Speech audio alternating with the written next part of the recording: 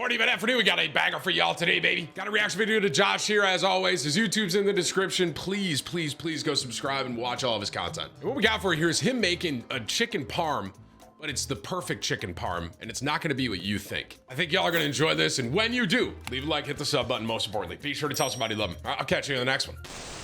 Now listen, I love chicken parmesan, Josh. It's a story about how the greatest chicken parm is made with ingredients that aren't even Italian. This whole story came about a few days ago when I was eating chicken parm, posing the question, yes. I'm sorry, was he naked?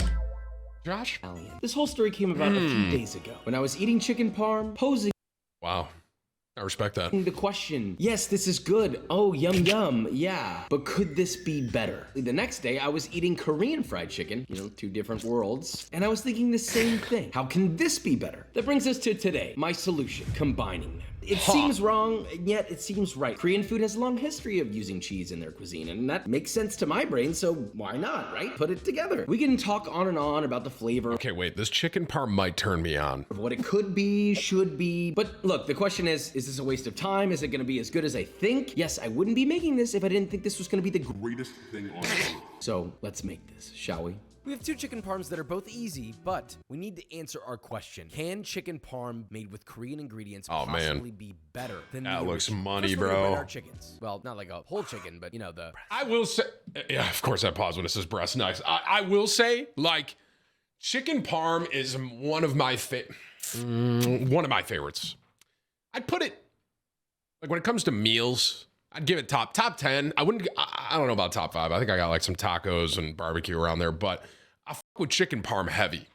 So whichever recipe you choose to follow, it's going to be nearly the same ingredients. So you'll need 4 chicken breasts that have been butterflied by cutting them in half, but not all the way through. They should open up like a book. Lightly pound them out so they're about 1/4 of an inch thick. Season all of them on both sides with salt lightly. And then the breading is what's almost exactly the same. Both will be a classic 3-tier breading system. One bowl will have 1 cup or 150 grams of all-purpose flour. The next bowl will need 3 eggs plus 2 tablespoons or 30 milliliters of water, whisked together until homogeneous. Now, your breadcrumb choice is what's different. For the traditional chicken parm, it'll be 2 cups or 220 grams of plain fine breadcrumbs. Whereas the Korean chicken parm, I wanted a big crunch, a lustful crunch, one that makes you pick up the phone and call your mom and say, "Wow, I'm eating chicken parm right now, and it's so crunchy." That's it. That's all I wanted to say. Love you. Bye.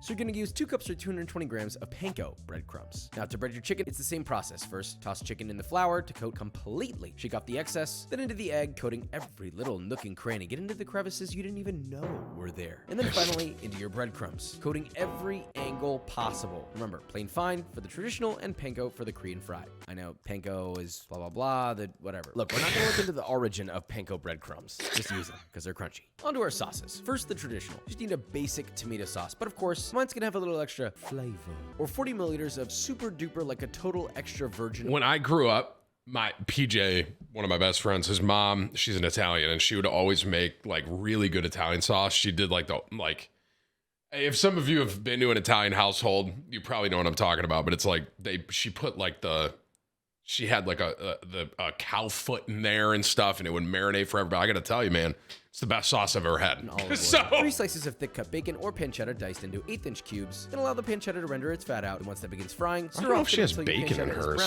I kind of fuck with that though. 3 to 4 minutes. I love bacon. 5 cloves of thinly sliced garlic, 3 to 5 sprigs of fresh thyme, half a teaspoon and 1 gram of red pepper flakes, or none at all if you're gonna be like, oh my god, it's so spicy. Ow, ow. Stir until fragrant, about 30 seconds. Then add 1 28-ounce, videos are so good, bro. 94-gram can of crushed San Marzano tomatoes, along with a 1/4 cup or 60 milliliters of water. Now add a pinch of sugar, salt to taste, add a little fresh cracked black pepper, stir it around, increase the heat to medium-high, bring to a boil, then reduce the heat to low and simmer for 8 to 10 minutes or until slightly reduced. Adjust your salt levels as needed and remove your thyme from earlier. And that's all you need for Mr. Traditional. Moving on to Korean chicken parm. First off, we need our gochujang chicken sauce, which is, in my opinion, one of our greatest chicken sauces in my recipe repertoire. I said one of the best, not the best. I got a lot of sauces, all right? Saucepan. Add 6 tablespoons of 46 grams of grated palm sugar, a 1/4 cup or 60 grams of mirin, a 1/4 cup or 50 grams of soy sauce, 5 tablespoons or 160 grams of brown rice vinegar. You can also use regular rice vinegar, all right? Don't be scared. It's okay, all right? You can also use white distilled vinegar. That's fine. Whatever you got. 6 tablespoons or 104 grams of ketchup, half a cup or 160 grams of gochujang. Heat that over medium-high, stirring often once it gets to a boil. I don't know what gochujang actually is. Let me look.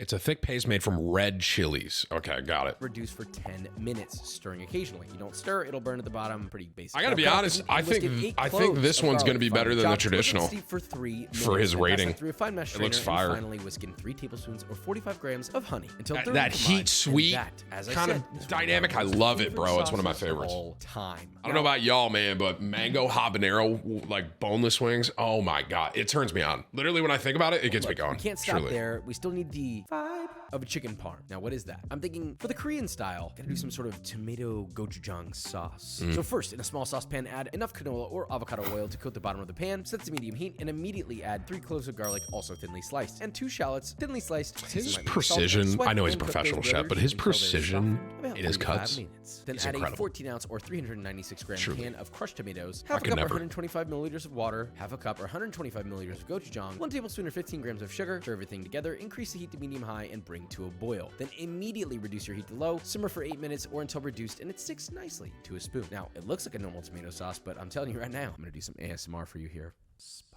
Sorry, my apologies. Now we have our sauces and our chicken breaded. Now is the most crucial part. You want to cook through, but you don't want to dry like shoe leather. You see where I'm going? So starting with our regular pan, we're going to drop that into a large heavy bottom pot filled with at least 2 inches of frying oil like canola, heated to 350 Fahrenheit. Fry for 3 to 5 minutes or until the internal temp registers 165 and it is golden brown. Remove and drain. That looks on a wire incredible. rack. Season that bad boy lightly. I'm with watching salt this right now and I'm really hungry and this is so not we'll move on helping. to our Korean style chicken, which again, it's not breaded in a Korean style breading, I know, but it's for the crunch, all right? You could do cornstarch, but it's not gonna be the crunch I'm looking for here. But anyway, drop that bad boy again into the fryer for 3 to 5 minutes or until that crisp golden brown glistening beautiful. sunlight piece of chicken. Kind of looks like a heart. Drain Am I on a tripping? wire rack for about 30 seconds, then toss into a bowl and coat with your plain gochujang chicken sauce, not the tomato sauce, all right? The gochujang chicken sauce. Can be a bad day if you use the tomato sauce here, I'm sorry. And remember, if it looks beautiful, it's gonna taste beautiful. Make sure every little crevice is coated with your sauce. Wow. And repeat with all of your chicken. I'm hungry, Cheese is bro. important, Oh but my simple. gosh. 2.5 cups or 225 grams of fresh grated low moisture mozzarella and half a cup or 50 grams of Parmigiano Reggiano, also freshly grated. Toss together in a bowl until evenly incorporated, and well, that's it. The final step. You know what that just reminded me of? You're a real OG Timthetatman watcher, if you remember. The 4 cheese blend for your pizza. Do you guys remember that? Oh my God. That just reminded me of that when he was mixing them Apply together. the correct tomato sauce to your associated chicken of choice, followed by a generous layer of your cheese mix. Pop that bad boy under your broiler for 2 to 3 minutes or until the cheese is melted, bubbling like a fine champagne and lightly browned. my Now, God. I'd be a fool if I said both of these don't look utterly delectable. But we came here for one thing and one thing only. To figure out better? which chicken parm is truly a proper chicken parm. Let's taste test.